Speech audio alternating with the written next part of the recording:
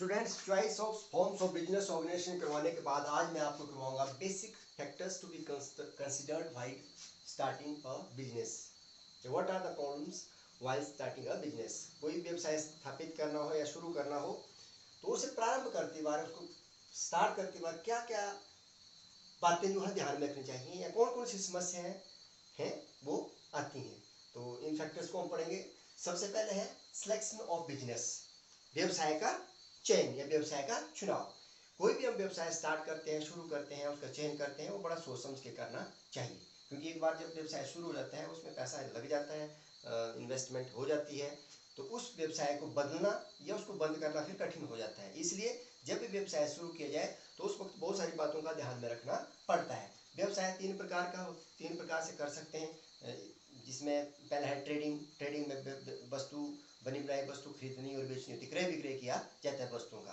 दूसरा होता है मैन्युफैक्चरिंग, निर्माणी कोई संस्था होती है, निर्माणी उद्योग कह सकते हैं, तो उसमें वस्तु बनाई जाती है, रॉ मटेरियल को कन्वर्ट किया जाता है और उसके बाद वस्तु बनाई जाती है और उसको बेचा जाता है। तीसरा है सर्विस सेक्टर, सेवा उद्योग, जिसमें कि ट्रांसपोर्टेशन है, बैंकिंग है, एडवर्टाइजमेंट है, वेयर हाउसिंग है, इस तरह से, या ट्रांसपोर्टेशन है, इंश्योरेंस है, इस तरह की सेवाएं होती हैं जो व्यवसाय में को चलाने में सहायता करती हैं। तो वो इतने रूपों में किया जा सकता है।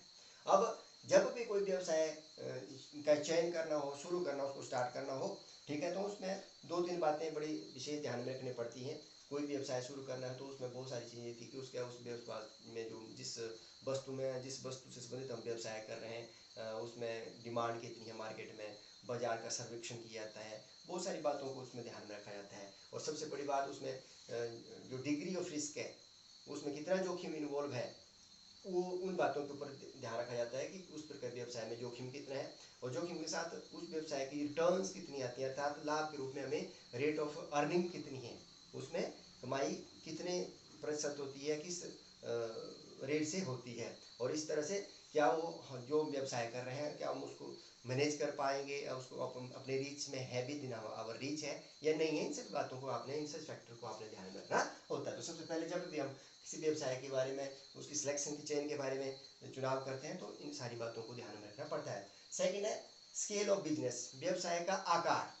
ठीक है, व्यवसाय छोटे से छोटे आकार से लेकर बड़े से बड़े आकार तक किया जा सकता है। कितने भी बड़े आकार में व्यवसाय किया जाता है, तो जब छोटे आकार में व्यवसाय किया जाता है तो उसमें इन्वेस्टमेंट भी कम होती है, ठीक है, उसमें मैनेजमेंट की जो मैनेजल जो कैपेसिटी वो भी कम रहती है, अर्थात आसानी से एक व्यक्ति या कुछ व्यक्ति मिलकर उस व्यवसाय को चला सकते हैं। लेकिन जब व्यवसाय का आकार बढ़ जाता है, उसमें बहुत ज़्यादा पैसे की जरूरत पड़ती है, वहाँ पर बहुत ज़्यादा साधनों की जरूरत पड़ती है, इसी तरह मैनेजर कैपेसिटी भी उसकी ज़्यादा होती है। तो इन सभी बातों को ध्यान में रखते जितना बड़ा व्यवसाय होगा वहाँ पे हमने ये देखना है कि जो साधन है, जो हमारे उसमें फैक्टर्स लगे हुए हैं, साधन लगे हैं, उसके आधार पर हम उसको कंपैरिजन करते हैं रिटर्न्स के साथ कि जो साधन लगे हैं उसकी लागत कितनी आती है और उसके बाद उसकी कमाई कितनी होती है, उसके आधार पर उसका चयन किया जाता है। और इकाई जो जो उसका औसत है उसको ध्यान में रखा जाता है कि जो जो लागत है और जो रिटर्न है उसका कंपैरिजन किया जाता है आपस में। फिर ये देखा जाता है कि जो पर यूनिट जो कॉस्ट है वो कितनी है और उसमें इनकम कितनी होती है। लार्ज स्केल में जब भी व्यवसाय किया जाता है तो एक लिमिट के बाद उसकी जो स्केल ऑफ इकोनॉमीज है वो आने शुरू हो जाती हैं, अर्थात जो मित बेते हैं वो उसकी प्राप्त होती हैं। ठीक है, और इसमें उसमें वही कोई वस्तु तैयार की जाती है तो उसके बारे में हम ये देखते हैं कि उसमें उस वस्तु को से संबंधित रिस्क कितना है, ठीक है ना, और प्रोडक्टिविटी कितनी है, उसकी एबिलिटी और फैक्टर्स ऑफ प्रोडक्शन कितने हैं, क्या उस वस्तु से संबंधित जो वस्तुओं का निर्माण करने हैं वहाँ पे हमारे पास उत्पादन के साधन हमें उपलब्ध हैं, क्या वो हमारी मैनेजरियल कम्पिटेंसी में है या नहीं है, इन सभी बातों को ध्यान में रखा जाता है। तो स्केल ऑफ बिजनेस जो है उसके आधार पर ये देखा जाता है कि कितने लार्ज स्केल में हम व्यवसाय कर सकते हैं। जब भी हम व्यवसाय करते हैं तो हमें ये देखना है कि उसमें रिस्क कितना है, ठीक है, क्या हमारे पास कितने साधन है उपलब्ध हैं या हम क्या उसका प्रबंध कर पाते हैं या नहीं कर पाते हैं। तीसरा है प्लेस ऑफ बिजनेस, व्यवसाय का स्थान। व्यवसाय का स्थान कैसा होना चाहिए, कहाँ पे व्यवसाय होना चाहिए।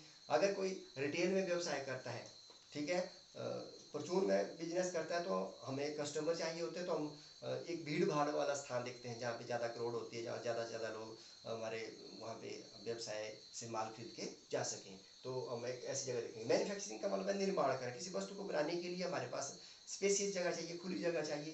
तो अगर बिल्कुल शहर में हम लेते हैं तो आपको पता लैंड की वैल्यू बहुत ज़्यादा है, तो हम एक ऐसा स्थान देखेंगे जहाँ पे जगह भी मिल जाए हमारे को, और उस स्थान तक पहुंचने के लिए जितने भी साधन है, जैसे यातायात के साधन है, बैंकिंग की फैसिलिटीज है, दूसरी कई प्रकार की फैसिलिटी है, अवेलेबिलिटी ऑफ लेबर है, वहाँ पे हमारे को रॉ मटीरियल भी मिलना चाहिए, वहाँ पे हमें लेबर भी मिलनी चाहिए, ठीक है। साथ साथ ट्रांसपोर्टेशन भी वहाँ पे गाड़ियों रॉ मटीरियल को लाया जा सके या बनी वस्तु को बेचा जा सके, वहाँ से भेजा जा सके आसानी से। बैंकिंग की सुविधा वहाँ पे होनी चाहिए, वेयर हाउसिंग की सुविधाएं होनी चाहिए। तो हमने जहाँ पे भी जो हमारा प्लेस ऑफ बिजनेस है वो ऐसा होना चाहिए जहाँ पे हम इन सभी बातों को प्राप्त कर सकें, आसानी से प्राप्त कर सकें। तो इस तरह से जब भी बिजनेस स्थापित किया जाता है तो उसके स्थान को भी ध्यान में रखा जाता है कि आपके व्यवसाय का स्थान कैसा होना चाहिए, ठीक है। तीसरा है फॉर्म्स ऑफ बिजनेस ऑर्गेनाइजेशन।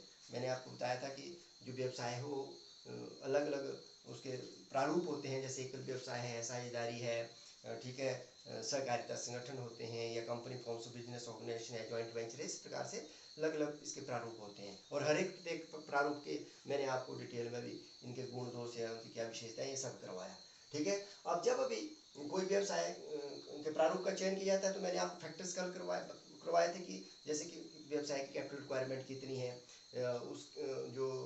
उस व्यवसाय के दायित्व कितना है, जो सदस्य होते हैं स्वामी होते हैं उनका दायित्व कैसा होना चाहिए, क्या वो व्यवसाय स्थायी है नहीं है, निरंतर है, वो चलने वाला नहीं है, ठीक है, या उसमें फ्लेक्सिबिलिटी है, आसानी से परिवर्तन किया जाता है, मैनेजर कैपेसिटी उसकी कैसी है, ठीक है, या उसमें गोपनीयता होनी चाहिए नहीं है। उसके आधार पर हर एक व्यवसाय के अपने अपने गुण दोष है, उसके आधार पर अलग अलग व्यवसाय का हम चयन कर सकते हैं। तो जब भी कोई व्यवसाय शुरू करना है तो हमने किस रूप में करना है उस प्रारूप का हमें चयन करना होता है। उसके बाद है डिटर्मिनेशंस ऑफ ऑर्गेनाइजेशन स्ट्रक्चर। कोई भी व्यवसाय किया जाता है वो एक संगठन बन जाता है, छोटे आकार में हो चाहे बड़े आकार में हो। बड़े आकार में जितना बड़ा व्यवसाय होगा वहाँ पे व्यवसाय संगठन का उतना ही ज़्यादा महत्व पड़ जाता है। ये planning, organisation, staffing, directing, control, this are the part of management. तो नेक्स्ट ईयर जो बिजनेस स्टडी है उसमें आप मैनेजमेंट के बारे में पढ़ेंगे, वहाँ पे आप संगठन के बारे में डिटेल में पढ़ेंगे, ठीक है। संगठन का मतलब है कि जो भी व्यवसाय है उसमें क्रियाओं के आधार पर कितने लोग कितने तरह की क्रियाएं की जाती है, उसके आधार पर एक संगठन बनता है, और उन संगठनों के ऊपर पदों का सृजन किया जाता है, पोस्ट क्रिएट की जाती है, और उन पदों के ऊपर कर्मचारियों का चयन किया जाता है। तो संगठन का जो ढांचा है, ठीक है ना, एक लाइन ऑर्गेनाइजेशन होता है, उसमें जो भी कर्मचारी होते हैं, ठीक है, कौन किसका अधिकारी है, कौन किसका अधीनस्थ है, उसके आधार पर ढांचा बनता है, कौन किसको आदेश देगा, कौन किसको निर्देश देगा, या कौन किसी को से आदेश प्राप्त करेगा, ठीक है। इस तरह से एक ढांचा बनता है, और वो एक रेखा के रूप में ऊपर से नीचे को हो सकता है, ये इसका बॉस है, इसका सबॉर्डिनेट है, ऐसे ऊपर से नीचे तक, ठीक है, एक लाइन के रूप में। या एक लाइन एंड स्टाफ होता है, एक पैरेलल स्तर पर दो का अधिकारी जब बात करते हैं, या तो फिर एक संगठनात्मक ढांचा होता है कि कार्य के आधार पर उसको कार्यात्मक संगठन कहते हैं। तो ये तीन प्रकार के संगठन होते हैं। जब संगठन पढ़ेंगे आप डिटेल में तो एक संगठन का ढांचा बनता है, और उसके बाद फिर अगला काम है अरेंजमेंट ऑफ पर्सनल्स। यहाँ पे व्यक्तिगत प्रबंध की बात कर सकते हैं हम, कि जब पदों का सृजन हो जाता है संगठन में तो उन पदों के ऊपर, ठीक है ना, हर एक पद की अपने अपने पद के आधार पर उनकी योग्यता होती है, ठीक है ना, उनके अधिकार दायित्व जो है उस पद के आधार पर होते हैं। तो वहाँ पे कर्मचारियों की नियुक्ति की जाती है, और हर एक जो पद है उसमें उपयुक्त कर्मचारी की नियुक्ति होना बहुत ही जरूरी है। तो सिलेक्शन का काम आता है उसमें। तो जब भी व्यवसाय स्थापित किया जाता है तो हमने ये देखना है कि हमारे जो ढांचा बना हुआ है, संगठन बना हुआ है, व्यवसाय है, वहाँ पे अच्छे कर्मचारी हैं, उचित कर्मचारी हैं, जिस तरह के कर्मचारी की जरूरत है उसको उसी तरह के क्वालिफिकेशन के आधार पर उसके कर्मचारी का चयन किया जाए, ताकि जो कार्य है उसी ढंग से हो सके। तो अरेंजमेंट ऑफ पर्सन। उसके बाद फाइनेंशियल प्लानिंग बहुत जरूरी है। कोई व्यवसाय है उसकी कल्पना बिना पैसे के नहीं की जा सकती, बिना वित्त के, बिना पूंजी के नहीं कर सकते हैं। तो एक बहुत जब भी स्टार्ट करेंगे व्यवसाय तो हमने सबसे पहले तो फाइनेंस के बारे में सोचना है कि उस व्यवसाय में कितने पैसे की जरूरत पड़ती है। और पैसे की जरूरत उस व्यवसाय के ढांचे के ऊपर है, व्यवसाय की फाइनेंशियल रिक्वायरमेंट कितनी है, किस तरह का व्यवसाय है। जैसे मैन्युफैक्चरिंग है तो वहाँ पे आपको रॉ मटीरियल की जरूरत पड़ेगी, वहाँ पे आपको स्थायी संपत्तियों की जरूरत पड़ेगी। अर्थात दो तरह कैपिटल होती है, फिक्स कैपिटल होती है, एक वर्किंग कैपिटल होती है, एक लॉन्ग टर्म होती है, एक शॉर्ट टर्म होती है। कि ज़्यादा पूंजी की जरूरत पड़ती है, जैसे आपने फिक्स एसेट खरीदनी है, स्थायी संपत्ति खरीदनी है, उनका प्रयोग लंबे समय तक होता है, तो हम उसके लिए हम लॉन्ग टर्म कैपिटल की रिक्वायरमेंट रहती है कि हमें ऐसी पूंजी मिले जो 10-15 साल तक उसका प्रयोग कर सके, 20 साल तक उसका प्रयोग कर सकते हैं, तो उसको लॉन्ग टर्म कैपिटल कहते हैं। इस तरह से शॉर्ट टर्म के लिए 1 साल के अंदर दिया अगर पैसे की जरूरत पड़ती है तो शॉर्ट टर्म कैपिटल होती है, जैसे वर्किंग कैपिटल जो दैनिक कार्यों के लिए करने के लिए आपको करंट या शॉर्ट टर्म कैपिटल की जरूरत पड़ती है। तो आपकी कैपिटल रिक्वायरमेंट कितनी है, पहले तो ये डिसाइड किया जाता है कि आपको पैसे की कौन सी कितनी जरूरत है, ठीक है ना। वो व्यवसाय के आकार के ऊपर या व्यवसाय का जो प्रारूप है उसके आधार पर निर्धारित होता है कि किस तरह का पैसे की जरूरत पड़ती है, लॉन्ग टर्म के लिए चाहिए, शॉर्ट टर्म के लिए चाहिए। तो फाइनेंशियल रिक्वायरमेंट क्या है आपकी, फिर उस पैसे को कहाँ से प्राप्त किया जाता है, व्हाट आर द सोर्सेज जहाँ पे पैसा प्राप्त किया जाता है। उसके लिए मैंने कहा कि आप पूंजी इकट्ठा करते हैं, जैसे कंपनी की दशा में आप शेयर कैपिटल के रूप में या डिवेंचर्स के रूप में पैसा लगा सकते हैं, सिक्योरिटी के रूप में पैसा लगा सकते हैं, ठीक है ना। तो व्हाट आर सोर्सेज, कहाँ से आप लोन ले सकते हैं। अब जहाँ पे से पैसा लेना है उसके लिए फिर वो देखा जाए कि उसकी लागत कितनी है, उस पैसे का जो है वो अरेंजमेंट कैसे किया जा सकता है। ये सारी बातें जो है वो फाइनेंशियल प्लानिंग में की जाती है।